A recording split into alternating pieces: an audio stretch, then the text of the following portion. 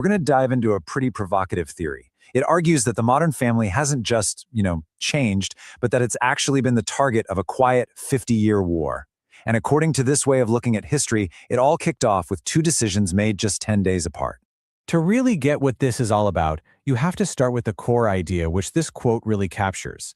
The thinking is that the family is the one and only institution powerful enough to actually stand up to the state. And because of that, it's always going to be a target. All right, so if this big conflict is real, where's the proof? Well, this particular theory points to a very specific moment in time, a single month, where it claims everything changed. The big question is, what on earth happened? Okay, let's start with the main idea. The source material basically presents all of history as this kind of power struggle, right? It's a war between two giant institutions. You've got the family on one side and the state on the other.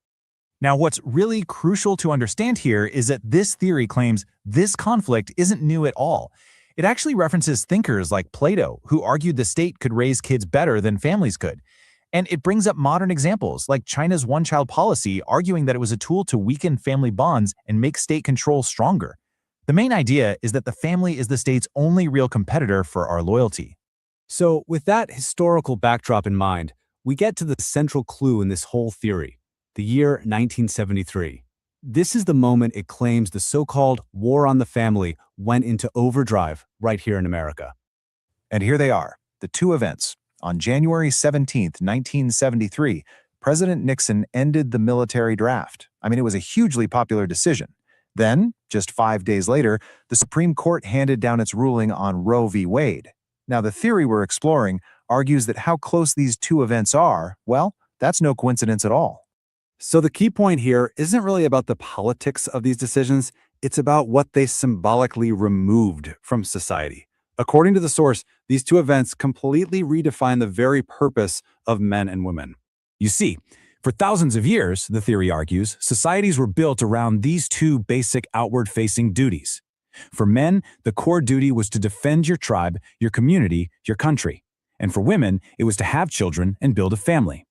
These weren't seen as choices, they were seen as fundamental obligations. And this right here is the heart of the argument. In less than 2 weeks, these two pillars of what gave society purpose were just transformed. Serving your country, that became a choice. Having a family, that became a choice. And the source argues that society never offered up a new purpose to fill that massive void. So what happens when you take away those big external duties? Well, according to this theory, you get a massive societal pivot. We stopped looking outward, and we began what it calls the great inward turn. The theory says that the entire cultural center of gravity just started to shift. It began moving away from these large, outward-facing institutions. Things like country and family, which for so long had been the center of life, demanding service and sacrifice. And instead, the focus just collapsed inward, towards something much, much smaller. The new center of the universe became the self. The shift, the theory argues, is what gave birth to the me generation, a culture where personal fulfillment and self-discovery completely replace the old duties of service.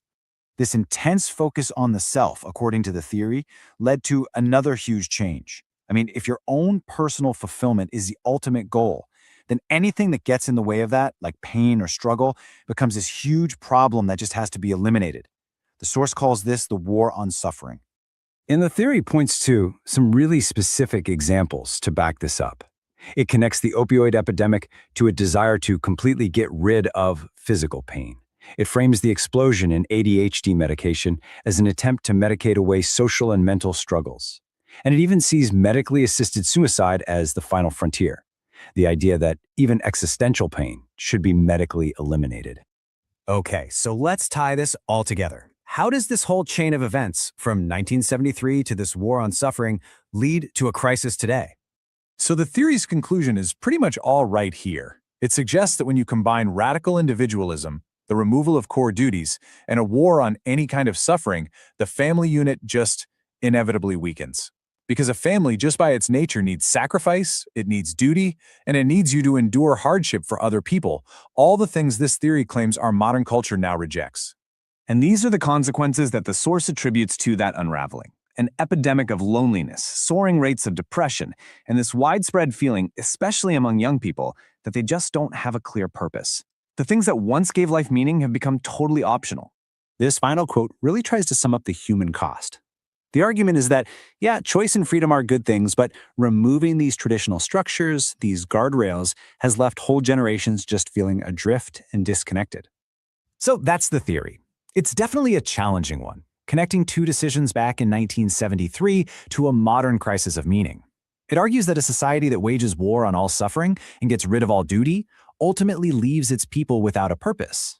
And that leaves us with a final, really difficult question. If this diagnosis is even a little bit right, what's the alternative?